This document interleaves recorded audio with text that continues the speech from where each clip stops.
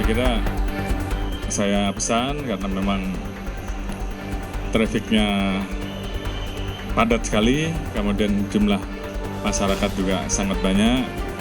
Tentunya tolong seluruh petugas yang ada antisipasi jangan sampai ada permasalahan-permasalahan. Kami ingin meyakinkan bahwa transportasi multimoda, darat, laut, udara, dan tentunya termasuk kereta, kita benar-benar bisa hadirkan secara optimal untuk masyarakat. Yang pertama izinnya itu belum keluar, tapi sudah operasional.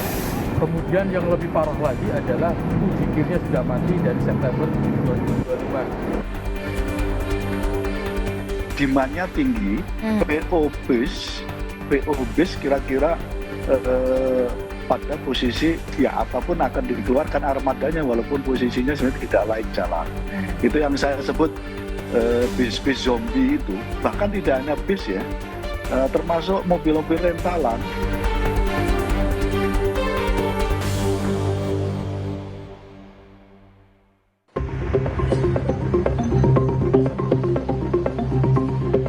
Masa libur akhir tahun biasanya banyak dimanfaatkan masyarakat di Indonesia untuk bepergian. Kementerian Perhubungan memperkirakan 42% atau 119,5 juta penduduk Indonesia akan melakukan perjalanan pada masa libur Natal dan Tahun Baru kali ini. Dibandingkan tahun lalu, jumlah warga yang melakukan perjalanan akhir tahun ini meningkat 2,71%.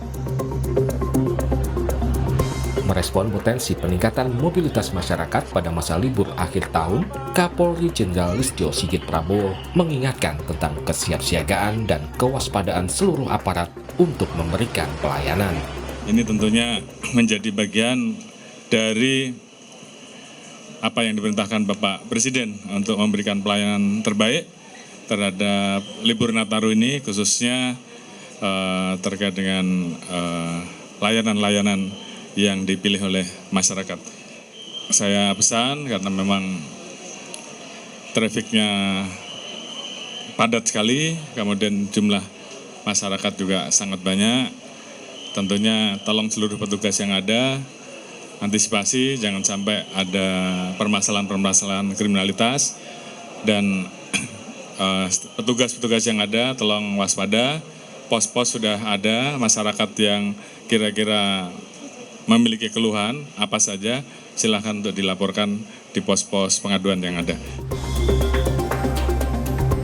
Menko Bidang Infrastruktur dan Pembangunan Kewilayahan Agus Harimurti Yudhoyono menegaskan, pemerintah berupaya menghadirkan transportasi multimoda, darat, laut, dan udara secara optimal untuk masyarakat. Salah satu sarana transportasi yang banyak diminati masyarakat untuk bepergian selama libur akhir tahun adalah kereta api.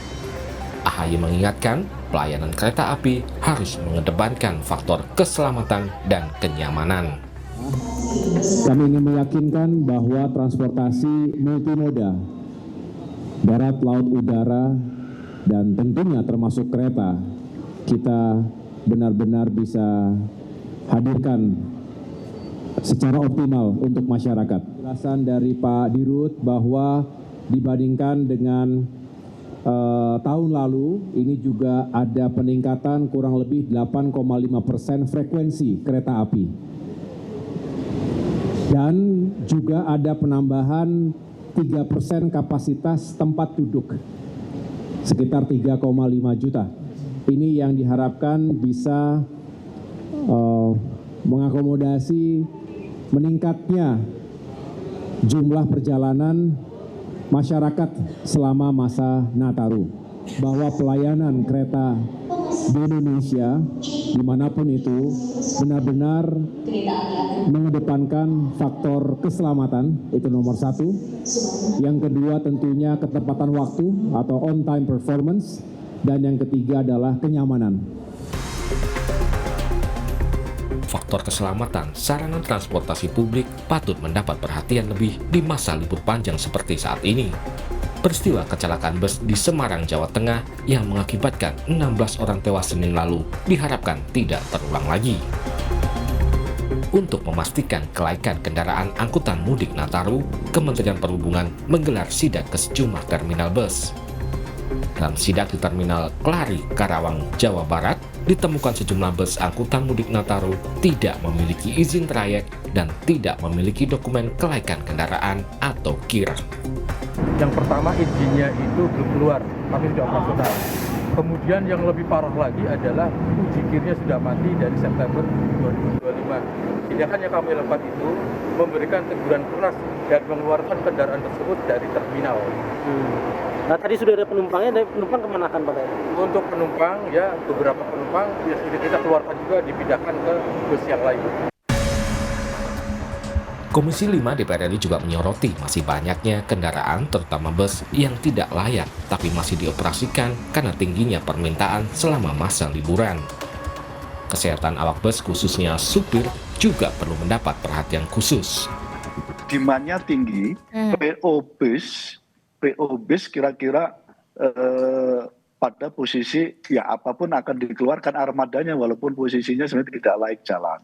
Itu yang saya sebut bis-bis zombie itu. Bahkan tidak hanya bis ya, termasuk mobil-mobil rentalan yang sudah saya kira berulang-ulang menjadi isu kecelakaan kita. Ini betul-betul menjadi zombie bagi publik pemakai kendaraan atau mobilitas masyarakat kita. Nah, yang kedua Mbak, menyangkut soal kesehatan para sopir kita. Pengemudi.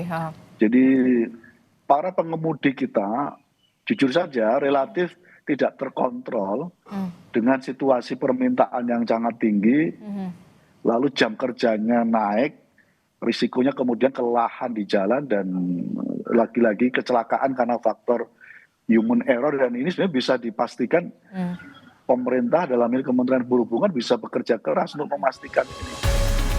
Sementara pengamat transportasi Joko Setiawarno menilai pengawasan keselamatan transportasi publik saat ini terkendala anggaran.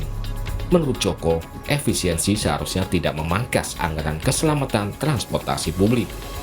Ini pemangkasan untuk anggaran keselamatan. Efisiensi publik itu keselamatan ini dipangkas, ini juga berpengaruh bagaimana petugas memeriksa dengan lancar ya, sementara anggarannya tidak ada. Ya. Kemudian pengawasan juga masuk di situ, mengawasi pool-pool yang ada. Kami sudah mengingatkan sebenarnya sudah lama agar pool-pool bus itu kebijakan lama, itu diawasi oleh Korsatpel terminal yang terdekat. Ya. Tapi karena anggaran tidak ada, tidak masuk ke kebijakan, ya akhirnya banyak yang lolos seperti ada namanya sistem manajemen keselamatan angkutan umum. Itu program cukup bagus. Di antara angkutan umum itu KIR setiap 6 bulan, itu mereka bisa melakukan program safety di perusahaan masing-masing. Ini kewajiban pemerintah yang mereka perlu dipandu. Nah, mandu itu kan perlu anggaran. Nah, anggarannya tidak ada. Nah, SMK itu wajib. Kemudian yang terakhir adalah mewajibkan, sebenarnya kami sudah mengusulkan agar kendaraan-kendaraan angkutan jarak jauh itu semua penumpang itu diwajibkan menggunakan seat belt. Ya, jika terjadi kecelakaan tidak fatal seperti ini. Memang beberapa angkutan jarak jauh sudah menggunakan, tapi masih minim. Selain faktor kendaraan, cuaca selama musim libur akhir tahun kali ini juga mendapat perhatian khusus. Pemerintah telah menyiapkan antisipasi terhadap cuaca buruk, khususnya pada angkutan laut. Kita mewaspadai terjadinya perubahan cuaca, ya berdasarkan informasi dari teman-teman BMKG. Untuk itu, semua sektor transportasi kita mempersiapkan berbagai antisipasinya. Dari mulai kita rem cek, kesiapan sarana transportasi, nah khususnya yang laut. Kita mempersiapkan pencegahan-pencegahan, dari mulai kampanye keselamatan, memberikan kesadaran buat teman-teman yang bekerja di sektor laut, pemberian life vest dan lain-lain, kita sempurnakan. Termasuk teman-teman kita mempunyai skenario bila terjadi apa-apa, apa yang kita lakukan sudah kita persiapkan. Kita sudah koordinasi dan rapat dengan Kepala Staf Angkatan Laut, dengan teman-teman polisi, akan menyiapkan patroli di jalur-jalur yang dimungkinkan akan ramai dalam perayaan Natal dan Tahun Baru. Pemerintah memperkirakan puncak arus mudik Nataru terjadi pada 24 Desember. Sementara puncak arus balik diperkirakan akan berlangsung pada 2 Januari 2026 mendatang. Tim Liputan Kompas TV.